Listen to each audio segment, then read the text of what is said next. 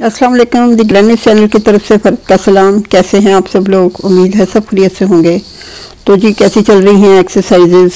ज़रूर इस्तेमाल कीजिए ताकि आपकी ज़िंदगी आसान हो। हमारी जो मूवमेंट है इस उम्र में वो मुश्किल हो जाती है अगर हम कुछ उसको अपना मूवमेंट ना करें अपने जॉइंट्स की। इसको ज़रूर जारी सारी रखें।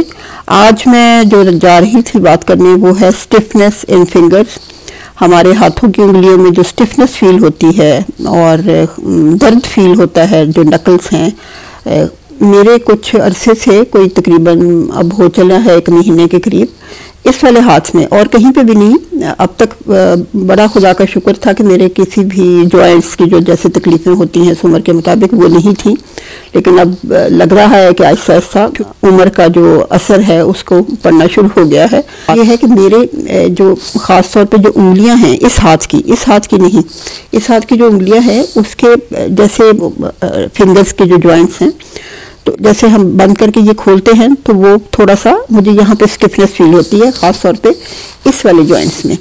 अच्छा, ये वाला हाथ बिल्कुल ठीक है, जो जैसे मैं अब इसको ये बंद कर रही हूँ, खोल रही हूँ, तो कोई फीलिंग नहीं है, जबकि ये जब करती हूँ तो इसमें एक हल्का सा मुझे पेन फील होता है। दूसरा ये है कि ख़ास तौर पे इन उंगलियों में, ये वाली जो उंगली है, जब मैं बंद करके इसको खोलती हूँ तो ये खुद ब खुद मैंने ही उसको जोर लगाती, क्योंकि ये उस हाथ से नहीं खुलती जिस तरह मेरी दूसरी उंगलियां खुलती हैं। फिर ये एकदम से, जैसे नहीं कि हम क्लिप लगाते हैं और वो क्लिप ऐसे अचानक से खुलता है, ये उस तरह आजकल बिहेव कर रही है।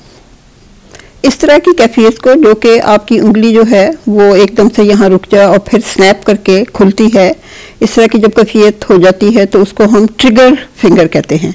ये जो फिंगर है ये ज़्यादा अगर इसकी तकलीफ बढ़ जाए तो फिर ये फिक्स्ड ट्रिगर फिंगर भी हो जाती है कभी कभार, और इसके लिए फिर आपको ख़ास तौर पर जब इस तरह की प्रॉब्लम हो तो ज़रूर डॉक्टर के पास जाएं और उसके बाद एक्सरसाइजेज जो है वो करें। इसके साथ साथ ये है कि जब आपकी क्योंकि ये जो है ये हमारी जो पुलीस हैं, ये एक किस्म की पुलीस हैं जिसके ऊपर से जो हमारे टेंडन्स हैं वो जब हरकत में आते हैं तो ये हमारी जो फिंगर्स हैं ये मूव करती हैं। जब टेंडन्स में किसी वजह से जैसे कि इन्फ्लेमेशन हो जाए तो फिर ये वाला जो हिस्से होते हैं ये स्वोलन हो जाते हैं और वो आपकी जो मूवमेंट है वो उस तरह नहीं हो सकती फ्रीली। तो इसको फिर ज़रा एहतियात करनी चाहिए। अगर आप गर्म पानी के ऊपर बिल्कुल ऊपर थोड़ा सा इसको रखें और आपको अच्छा महसूस हो तो आप वो कभी कभार कर सकते हैं, और फिर थोड़ा सा हल्के से मसाज हाथ से कर लें ऑयल के साथ।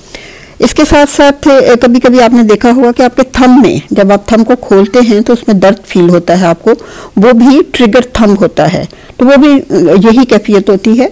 जैसे कि हमारे अगर यहाँ पे हो सकती है जो है इन्फ्लेमेशन, फिर इस जोड़ के अंदर और फिर इस जोड़ के अंदर, तो ये मुख्तलिफ हैं जिसको कि हम ट्रिगर फिंगर या ट्रिगर थंब कहते हैं।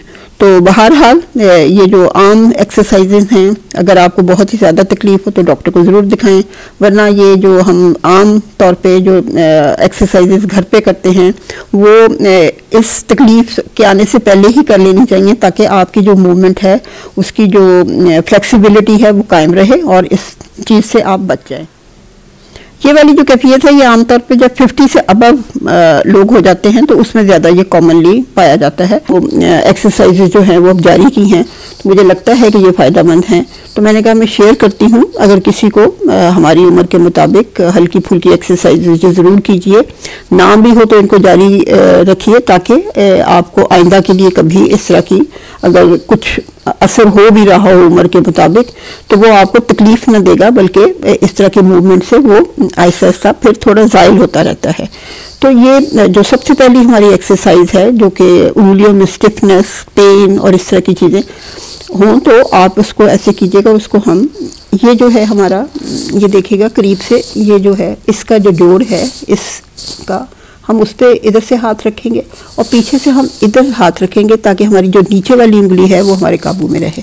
अब आप कोशिश कीजिएगा जो ऊपर वाला हिस्सा है इसको 10 टाइम्स हिलाएंगे, 3, 4, 5, 6, 7, 8, 9 एंड 10। इसके साथ आप देखते हैं कि ये उंगलियां भी हिलती हैं। तो इसका जो कंट्रोल है इस तमाम उंगलियों का और हाथ का, ये हमारा पीछे तक जाता है, तो इसलिए इससे परेशान होने की ज़रूरत नहीं कि वो थोड़ा बहुत क्यों हिलती हैं। अच्छा, अब आपने जब इस वाले को कर लिया जॉइंट को, तो अब आप नीचे वाले जॉइंट पे आ जाएं। ये जो लाइन है जॉइंट की उससे नीचे रखना है आपने, ताकि उस जॉइंट से उंगली हिल सके। अब हम इसी तरह पीछे रखेंगे और इस जॉइंट को हम पूरी कोशिश करेंगे उसको नीचे लाने की। 2 3 4 5 6 7 8 9 and 10। 1 2 9 and 10। इसी तरह आप तमाम उंगलियों को ये वाली एक्सरसाइज जो है ये करेंगे। इसके बाद आ जाता है कि आप अपनी उंगली को, मुट्ठी को बिल्कुल बंद करेंगे, थोड़ी देर वहाँ रुकेंगे, आधी खोलेंगे और फिर पूरी खोलेंगे। इसी तरह फिर से मुट्ठी को बंद करेंगे,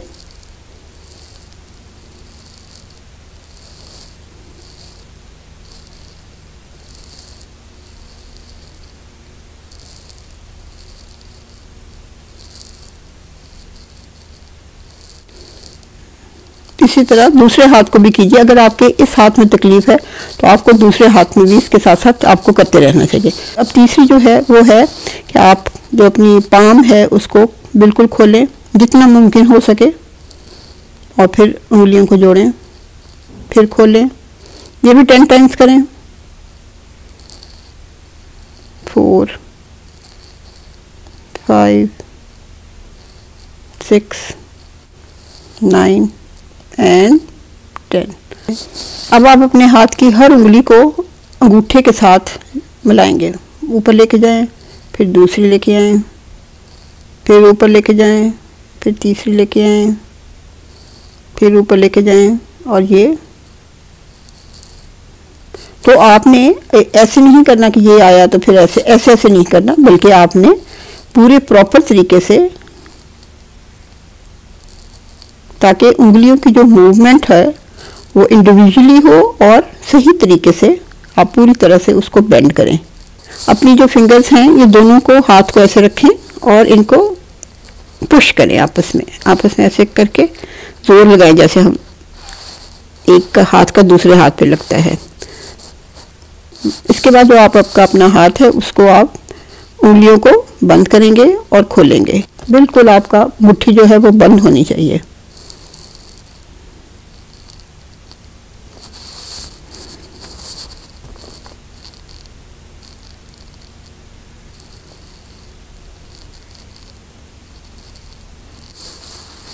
आखिरी एक्सरसाइज जो है वो हमारी कुछ यूं है।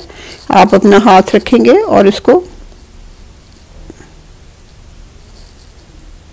आधे तक लेके आएंगे। ये देखिए ऐसे, ये भी 10 टाइम्स कीजिएगा। चलें, इसको ज़रूर कीजिएगा और इंशाल्लाह ये ज़रूर मददगार साबित होंगी। Thanks for watching. खुदा हाफिज़।